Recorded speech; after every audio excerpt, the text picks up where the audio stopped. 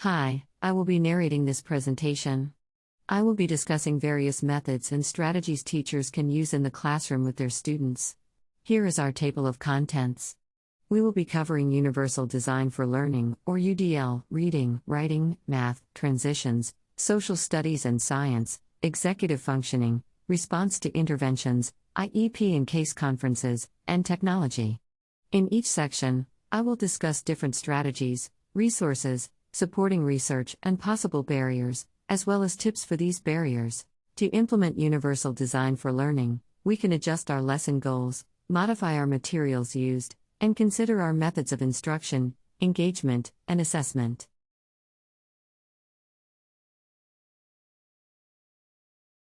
Researchers recently studied the beneficial effects of implementing a UDL framework into a high school social studies curriculum. Their research found that after 8 weeks of instruction using multimedia-based tools, students with and without disabilities had significant growth and scored significantly higher on post-tests than those who did not. There can be barriers when implementing UDL. Some teachers may not understand how to implement it, or be hesitant because they do not support inclusion. Administration needs to fully support their teachers as they learn about the UDL framework and stress the importance of inclusion within education. Providing the proper training opportunities can alleviate many of the barriers educators may face. There are many strategies for teaching students reading skills. In early reading, reading readiness activities and using a sight word approach can be helpful. It is also important to teach phonological awareness to assist in decoding. In later reading, word maps and repeated readings are two helpful strategies. There are many reading strategies to teach, and there is many supporting research studies for these strategies. One strategy previously mentioned is teaching phonological awareness. A recent study showed that when students were taught phonological awareness, they had an increased ability to spell and improve their word recognition.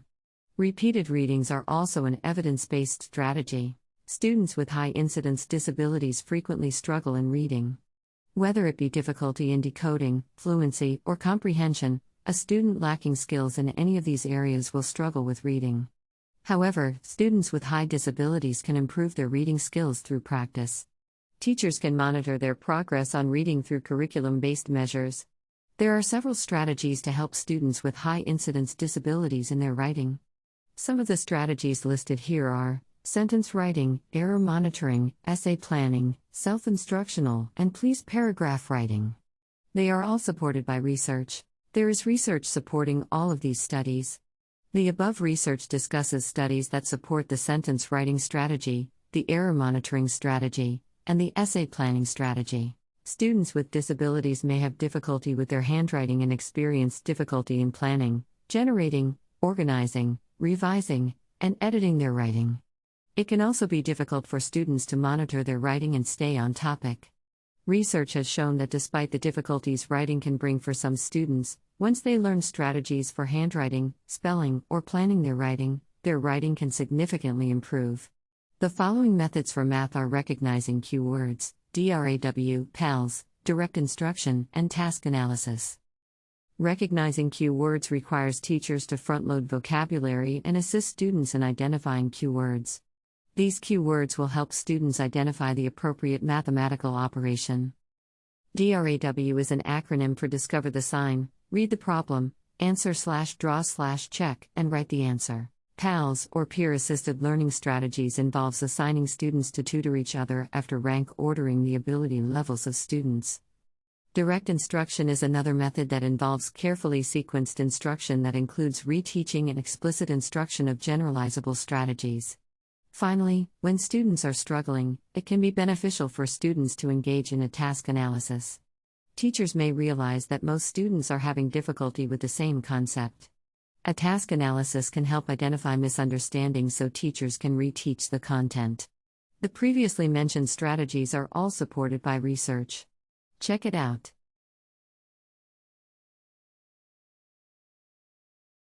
Students may struggle with foundational concepts and skills, or even more abstract advanced math concepts.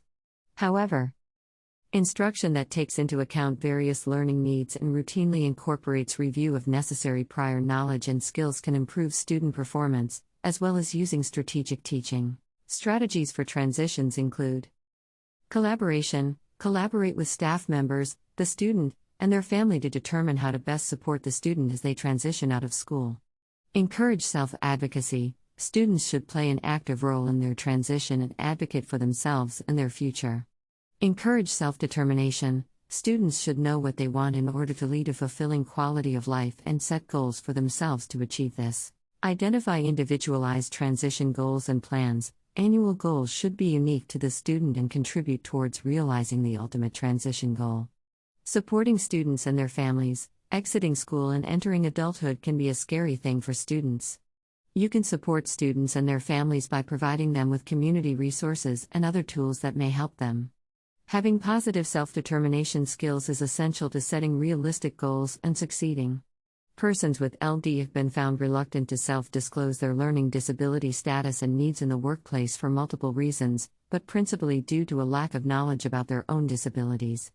Self-determination and self-advocacy can help empower students with knowledge to help them be successful despite having a disability.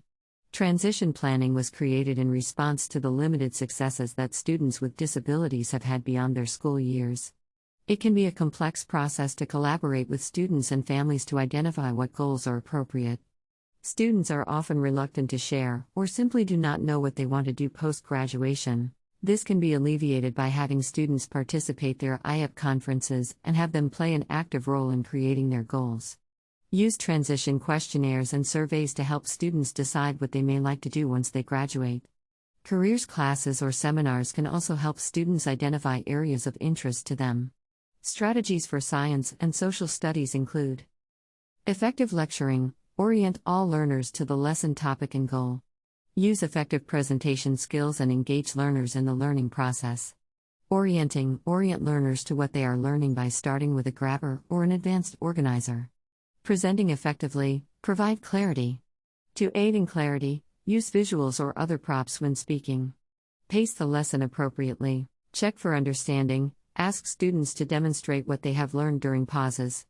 Concluding the lecture, summarize the key points of what they should have learned today, as well as how this can be applied in the future. In studies of instructional interventions, Carnini and others have found that the pacing of instruction and student response rate impact student learning. Although those studies were of timing between prompts and student response during highly structured direct instruction lessons, the same point is important to keep in mind when lecturing. It can be difficult for special education teachers to support science and social studies classes, as they are typically only supporting math and English language arts classes. Special education teachers can collaborate with general education teachers to ensure that the content is appropriate for their students. Strategies for executive functioning include: promote organization, help students stay on track by periodically checking in with them schedules, provide students with schedules so they can know due dates, prioritize tasks, and keep track of their work. Graphic organizers can assist students during note-taking, reading, or reviewing. Giving assignments: guarantee students work time in class for the beginning of the assignment, and offer help as needed. Help students prepare for tests by making sure they understand the expectations.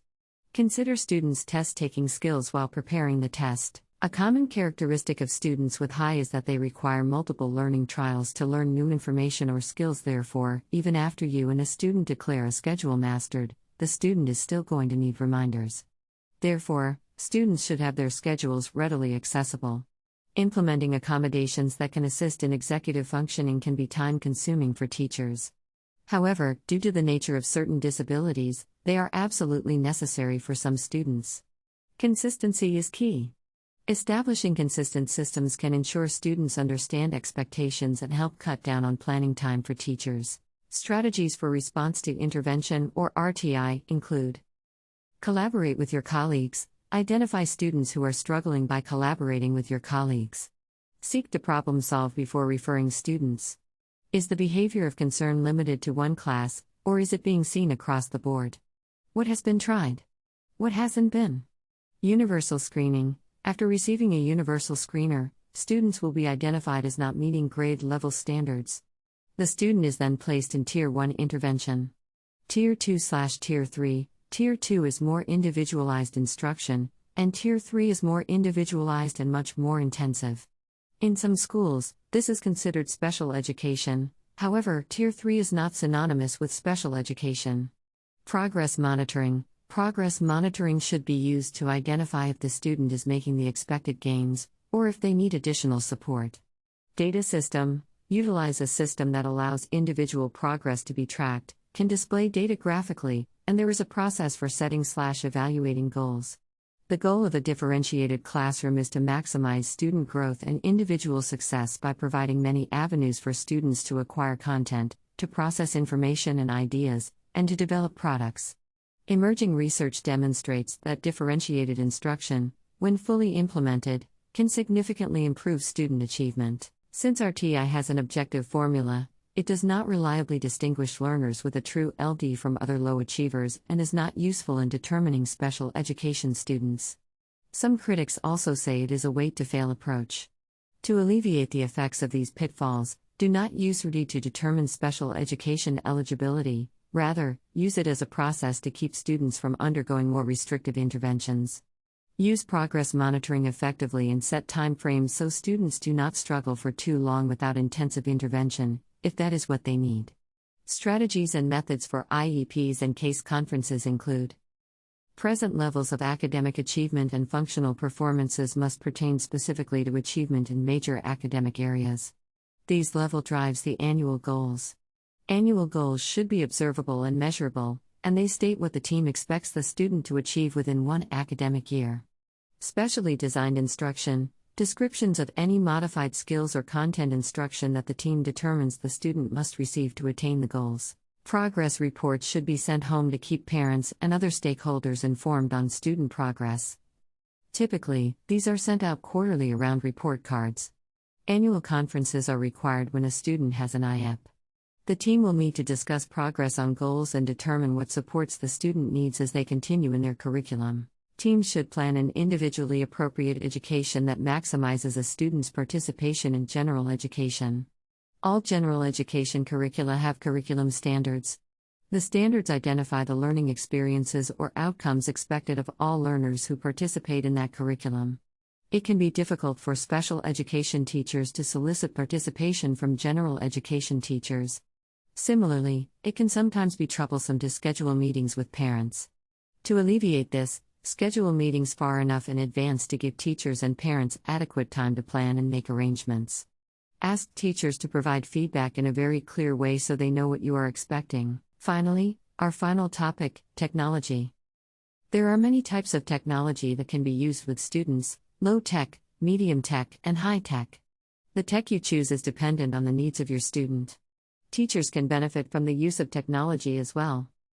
Strategies for technology include: text-to-speech, use speech-to-text for students who have difficulty reading. PowerPoint can assist in making presentations in an engaging way. Electronic gradebooks can provide ease and expedience when grading.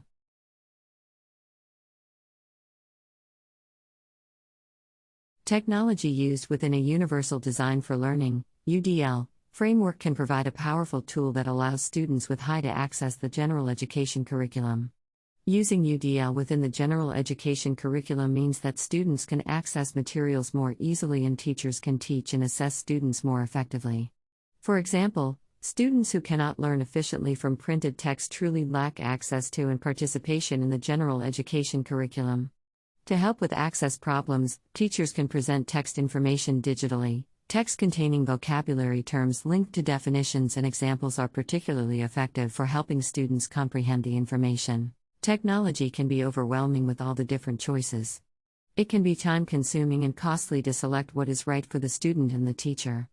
All parties involved with technology must understand how to use it. It is not enough to just have technology, you must understand how to engage with it. It is important to train all parties involved on how to use the technology. Consider taking data on technology use and monitor how it is helping the students' progress.